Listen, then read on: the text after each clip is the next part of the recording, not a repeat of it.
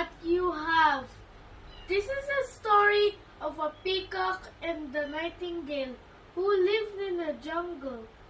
The peacock was very happy to have his beautiful, colorful body. But one day he saw a nightingale singing in the trees. He heard her for the first time.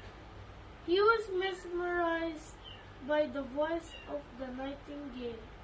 The peacock sat down under the tree and listened to the nightingale, but then some tears start to roll down her face. He gets upset and looks up at the sky and said, "Why, God, why you didn't give me the sweet voice?"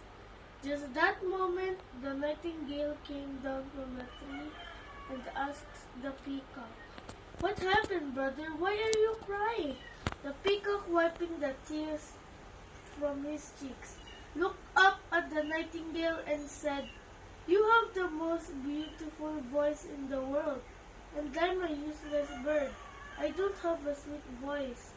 I wish I had the voice like you." The nightingale said to the peacock, "Oh, brother, you think I am lucky?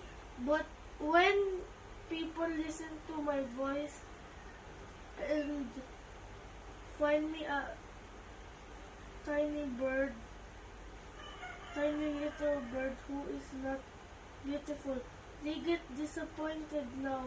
Think, brother, all through I have a sweet voice, but not a beautiful body like you, but still daily I sing happily and thank God for giving me a sweet voice." The peacock now thinks that, "Yes, sister, I think you are right. I should not complain about my bad voice, but thank God for giving me a beautiful body."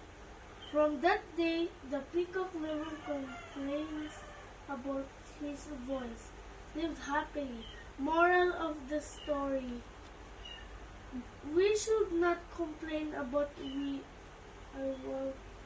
what we don't have, but thank God for what we have.